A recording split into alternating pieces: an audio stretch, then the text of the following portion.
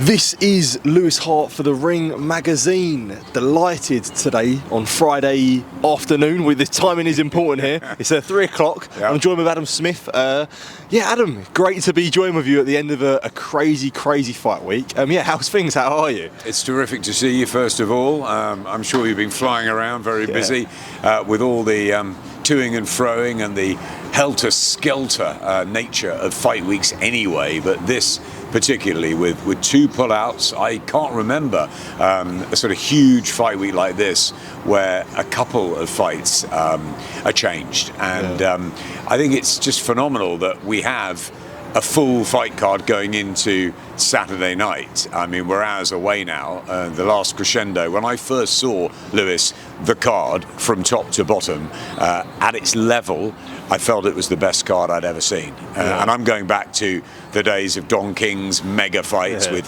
Julio Cesar Chavez on Tyson bills and all sorts. And I really do, and Frank Warren's had huge fight cards, the full Montes, the Nassim Muhammad ones had loads of depth, but this, particularly special. I mean, sort of almost starting the main fights with Joshua Buatsi and Callum Smith, which is and crazy. Going through. It's crazy, late afternoon, it's unbelievable. So, an unbelievable fight week and card, but of course, two pullouts. You know, you lose Floyd to Schofield earlier in the week. In steps Josh Padley, dream opportunity, wonderful story. An electrician who has got the chance of his life, undefeated, beat Mark Chamberlain, of course, Turkey's favourite fighter. So that was a really big win for Josh. But to come out here and have the chance of taking on a pound for pound great, that's how good I believe Shakur Stevenson is the story of dreams. It's wonderful. It's a great chance for him. And then to have what happened yesterday with Daniel Dubois off, looking for a replacement, and in steps the most dangerous heavyweight outside the sort of titles, outside Usyk, Dubois, maybe Joshua. Martin Bakole is a phenomenal replacement at this late stage. So to have Bakole and Parker as the co-main event, I take my hat off not only to His Excellency, but also to Joseph Parker for accepting such a hard and unpredictable fight at that notice, and to Martin Bakole for coming out of the Congo as the soldier he is and taking the fight at this short notice. He's a fighter. He's ready. Let's see. So much to get into in this interview. Just so much that's happened on Fight Week. Let's touch on the main point. Martin Bakole in, Daniel Dubois out. To face Joseph Parker, which is just like, you don't get this anywhere else in any other sport. It's just completely mental.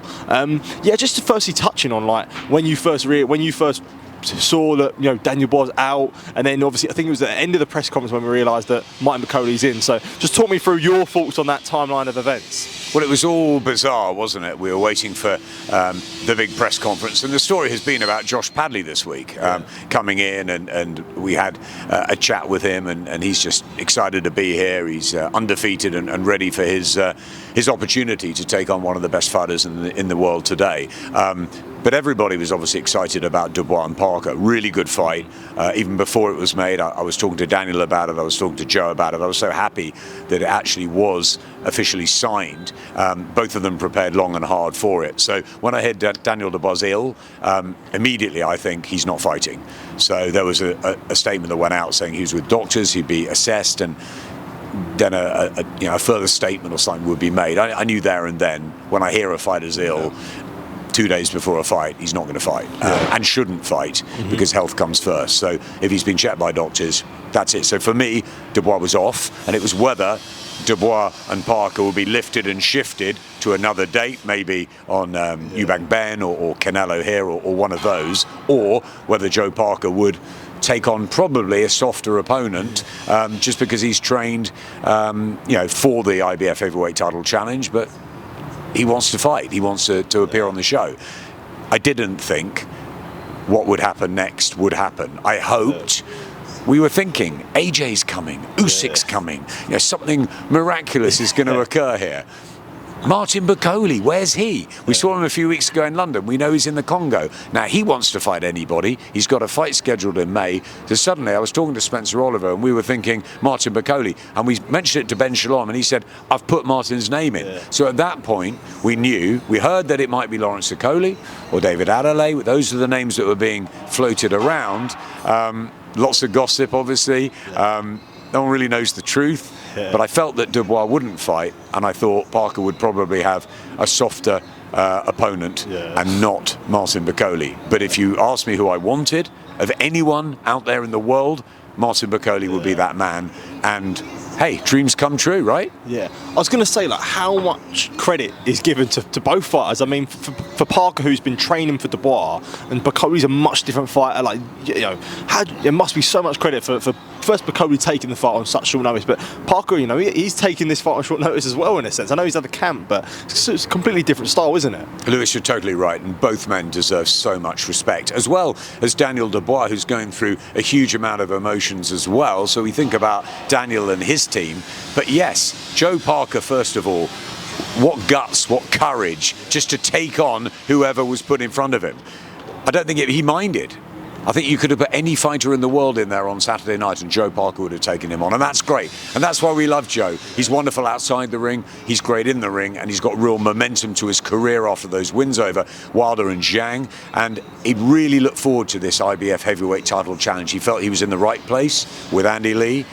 The maturity's there, and he felt it's a long time since he's been a world champion, and he was ready to go again. So to have to adapt to someone like Martin Bakole, who is a huge puncher, a different style, coming at him, really, Martin, with nothing to lose here, and Parker's taking that risk rather than taking a soft opponent. I love it. I love the fact that Joe Parker's doing it, a real fighter. As for Martin Bakole, have bags, will travel. Have your gloves ready and fight. That's what he said earlier today. He's waiting for his flight. I'm a soldier. That's it. He's coming in. We don't know what sort of shape he's in. Billy Nelson tells me about 60%, but he's ready to give it a go. And why not? We know how powerful he is. We know how strong he is. We know what he did to Jared Anderson. He weighed over 20 stone there, so I'm not sure what he's going to weigh on the scales either tonight if he makes it in time or when they weigh him in. But I'm sure he's going to be lofty and heavy because, of course, he's not started his real fight camp for a Jagba in May. So, yeah, but big respect. The courage that Martin Bakole's showing, the courage that Joe Parker's showing is absolutely fantastic. If you can hear us above this noise, I think they're building a new hotel. But if you're being honest, Adam, do you think Bakole has a real prospect of winning tomorrow night? Of course, Martin Bakole has a chance of winning.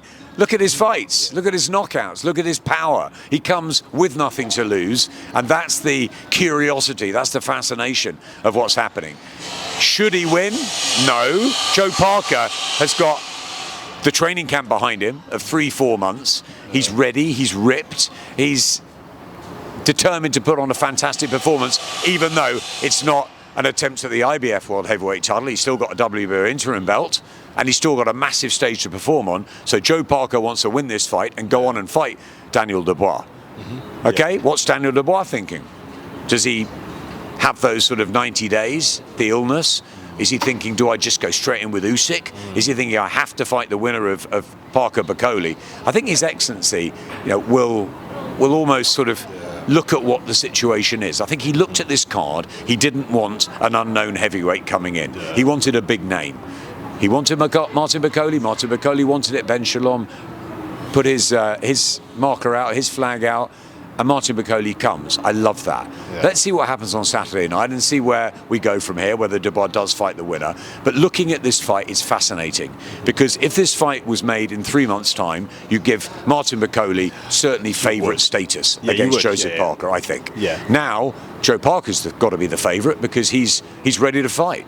And we don't know what sort of condition Bakole's going to come in. Is he going to be able to last the rounds? Is he going to go for it early? I think it'll be calculated, strong, sturdy, come forward pressure, a bit like he showed with Jared Anderson. It's whether he's got the fitness, if Parker takes that, to still be there. But remember, Parker was stopped by Joe Joyce. He was down a couple of times against Zhilei Zhang. So Bakole definitely has the power to hurt and stop Parker.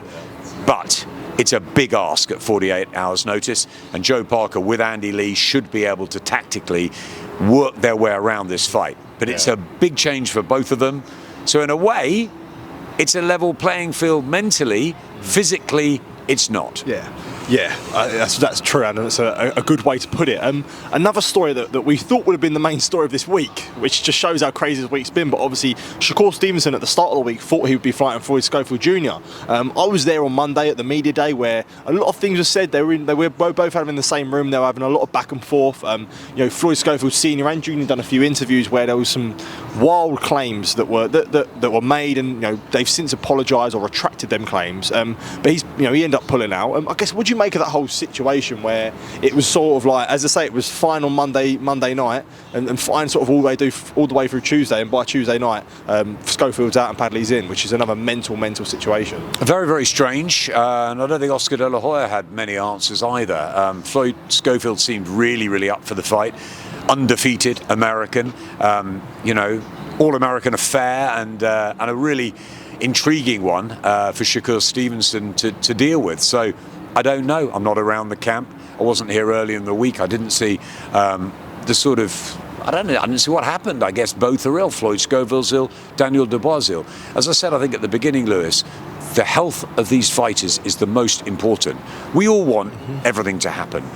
Like, Turki Al-Sheikh has brought the magic in, right? He's picking out fighters. He's getting Eddie and Frank and Spencer and all of that and Ben working together to bring us, the fight fans, the best fights, and the fighters the most money, and they deserve those opportunities. You look at the Mark Chamberlains, the Josh Padleys. It's brilliant what's happened with Riyadh's season. However, health comes first with boxing. It's not like a football match. Someone's injured, someone's ill, there's a replacement. 11 players go on.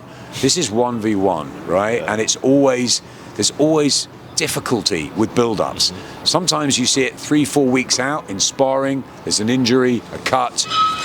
Normally, if you get to the fight week, things pretty much go according to plan. I mean, our last GBM show in Sheffield was difficult. True, that European title fight was called off, and we had to deal with all sorts of things. But to have a double whammy on this sort of seismic fight week is extraordinary. And to have both fighters pull out ill, and we don't really know what's wrong, also odd.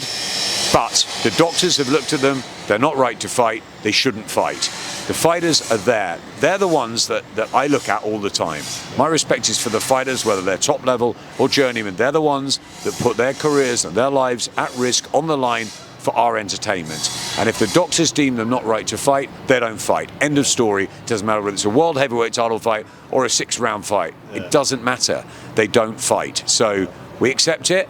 The great news is we've got two terrific replacements. Josh Padley comes in, he's undefeated. He's got to jump up several levels to be able to deal with Shakur Stevenson. But look, Shakur, I think, is one of the pound-for-pound greats already. I love watching him, his rhythm, his feet, beautiful skills, but not the biggest puncher. So, Padley goes in and he'll give it a go and he'll try and he'll do his best. And look, I think just answering the call gets him plenty of money, gets him B, noticed, and I think that Turkey is clever. He saw Josh Padley beating the guy he really likes, Mark Chamberlain, and he thinks, okay, there's a gap here. We'll ask that young man from Yorkshire to come in. And I think he's been clever again with Martin Bakole. I think he's gone out to America. He's seen what he's done with Jared Anderson. He's seen that Bakole has waited and not really got his opportunity, and he's saying, now's the chance. Martin, you're in. And I think that he's rewarded two fighters that have done well for him, and I think he's made sure that this fight card stays as one of the great ones we've ever seen, because that was the purpose of it, top to bottom. And it's so hard when fights pull out, but that's boxing. You have to deal with it. As I said, fighters are ill, they don't fight. New replacements are in, great. Let's look forward to these. Stevenson takes on Padley. We get, with Dubois out, we get Joe Parker and Martin Bakole. And we also have a stack of other fabulous fights. So the show goes on. Yeah, and I think for yourself, Adam, like me and you, we love a good old story. And for Josh Padley, I spoke to him on Tuesday. He said Tuesday morning he was going to work. He's an electrician, and by the end of tonight, he's fighting one of the top 10 pound for pound. So it just shows, like, we talk about, you said it's not like football. It's different to any other sport, and no other sport like this you get stories like that, which makes it so special. And it's two things that spring to mind when you tell me that. One is that fighters should always be in shape. Yeah. It's a great message to send out to the young boxers learning their trade. It's a great message to send out to the rest of the boxing world that if you're ready, the call could come. Yeah. So it's not like, okay, we have a fight, we've got a couple of weeks off, we do this, we that, then we fight again in 8-12 weeks' time. Keep busy, keep momentum, keep active in the gym. If you lose a fight, back in the gym Monday morning, maybe have a few days off, but you're back and you're ready to travel. It also takes me back, this is well before your time, it takes me back to Steve Robinson, who was the Cinderella man in Cardiff. He was a warehouse worker, and at 48 hours notice, he got the call, surprisingly, to challenge for the world featherweight title. Not only did he win it, he went on to have, I think, 8-9 defences of it. So you never know what happens in boxing. Underdogs win.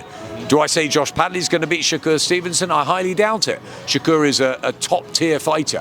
However, you don't know. On any one given night, things can happen. And there's been unexpected stuff this week. There's something in the air. So maybe expect the unexpected on Saturday night. I don't know what more can happen. But yeah, let's just talk about a few of the fights. Main event, Dmitry Bivol takes on Artur Beterbiev. You know, we were blessed to have this fight in October. Let's fast forward, 3 or 4 months down the line, we've got it again. Yeah, how are you looking ahead of this one with a great rematch in the light heavyweight division? Every fight fan has got to want the best fighting the best. This is the elite matchup at light heavyweight. I wasn't fortunate enough to be in Saudi for the first one. I think I was in the Talk Sports studios and doing it through a screen. So I wasn't here for that. I wish I was, because I love watching great fighters up close and personal. Right there to watch their feet. I remember Lomachenko coming to London when he fought Luke Campbell, and I watched the first couple of rounds and I spent the rest of it just watching Lama's feet work. I mean, these are beautiful fighters, both of them, steeped in amateur history, world elite gladiators who've got super skills, power, movement, everything. Beterbiev obviously has the power, he has the strength, the aggression, but his IQ is great. You talk to Callum Smith about Beterbiev's IQ. You look at Dmitry Bivol, wonderful jab, beautiful movement, swift, fantastic fighter, great counterpuncher. First fight, what happened? Bivol boxed beautifully, I thought, most of the first half of the fight. Beterbiev came back end of rounds and obviously controlled the latter part of it. There's a big engine there, even though he's 40. I thought Bivol nicked the first fight, I've got to be honest. I thought the wrong man went home with the treasure, but there was no big argument. I thought by 4 rounds, that card was wrong. I thought it was a really close fight. I would have taken a draw. I felt Bivol won. Others, again, felt Bivol won. But probably most I've talked to felt Beterbiev did enough. Anyway, it doesn't matter, it's history. We wanted to have round 13, 14, 15 and 16, didn't we? We wanted it to go on. So what happens? A rematch is made. But normally, Lewis, we wait a couple of years for a rematch. This is done in 4 months. Extraordinary. It's amazing. Who does it favour? What's going to happen when they clash on Saturday night? I think any longer, Beterbiev just gets older, so I think he's got that undefeated machismo. I think he still believes he is the very best. I think that will help him in this fight. I think he'll try and establish authority a little bit quicker. I think he'll put more pressure on Bivol. I think he might not regard Bivol's punch power as too dangerous, but I think Bivol will stand and fight a little bit more, and I think he did buzz Beterbiev in that first fight. So I'm looking at a similar fight in the ways of I think it'll be very close, but a different tactical fight. I think you'll see Bivol stand a little bit more. I think you'll see Beterbiev start a bit quicker. So it'll be fascinating those first 4 or 5 rounds. Who gets into a rhythm? Who asserts himself more? Who is the better fighter? Who's the classier man? I've always thought Bivol might be the classier boxer, but this is a hard professional 12 rounds. And Beterbiev is the master of that, of the squared circle at light heavyweight. So it's all there. And in a way, I quite like Bivol to get this, so there's a trilogy. That would be amazing. I think you've got to say Beterbiev is the favourite going in because he did get the decision last time out. That will give him the confidence, and Bivol's now fighting for revenge, and that's a different headspace to be in. It definitely is. And just touching on another fight, a few other fights as well. One fight where you have a Brit fighting for a world title, challenging for a world title. I don't want to be wrong in this, but I think there's only ever been Darren Barker says to me, there's only ever been 9 British middleweight champions. Hamzah Sheeraz aims to be the 10th on Saturday night against Carlos Adamez. Darren should know he was one of them. Yeah, that's what he told me. I can't remember what he told me. It was under 9. I think there's under 10. I think yeah, that's definitely right. under 10. So yeah, massive stakes for Hamzah Sheeraz on Saturday night. Huge night for Hamzah Sheeraz, obviously very popular here, the ambassador for Riyadh season. He speaks so well, he boxes so well too. He's structured in the ring. I love watching Hamzah. I think he's got a great jab. He uses his height and reach well. He's got power. And I think the Ammo Williams second round issue he had to deal with will stand him in good stead. But Lewis, this is a massive jump up from the likes of sort of the European Commonwealth type level into world class. Carlos Adames is he's off the radar. People don't know about him, but I'm telling you, he's a very tough guy. He switches. He's got power. He's got wonderful uppercuts. He's a good fighter, Carlos Adames. But Hamzah Sheeraz could be a great fighter. This is a big moment for Hamzah, for Riyadh season, for everybody. And I think that Adames, some people are saying he's going to defend this middleweight title, and it's too soon for Hamzah Sheeraz. But I got a feeling that timing is everything in boxing, and I just think Hamzah might be right and ready for this. He's trained very hard. He's gone through the small halls. He sort of embraced the big platform. He liked being captain for Queensberry in the 5v5, and I think this could be the night. But it's going to be very tough, and he hasn't really had that acid test. Ammo Williams. Liam Williams was beaten easily. Tyler Denny, not sure. That's the big question mark for me. He's not had that gut check really before the big one. So this is the big one straight in, and we don't know whether this is going to be the gut check and the win, or the gut check and the rebuild. Yeah. Well, all those questions will be answered on Saturday night. Adam, pleasure to speak to you as always, mate. Really appreciate taking the time to speak to me. And yeah, as always, great to see you, mate. Great to see you here, and as always, mate, great to hear your voice as well. I do think, Lewis, the fight of the night, though, is Virgil Ortiz Jr. against sorry, I Israel forgot to mention Madrimov. I just got to get it in because I think they're all great fights, top to bottom. We know that. Smith and Boatsi and Zhang and Kabayel and all of them. But that one, again, a little bit like Carlos Adames, and people are thinking Hamzah Sheeraz just is guaranteed a world title. No, he's going to have to really fight for it. I think people are... It's just been lost a little bit, this one. Because it's so good, mate. Virgil Ortiz Jr. against Israel Madrimov. I agree with Oscar De La Hoya and Eddie Hearn. That fight steals the show. I think it's a brilliant matchup.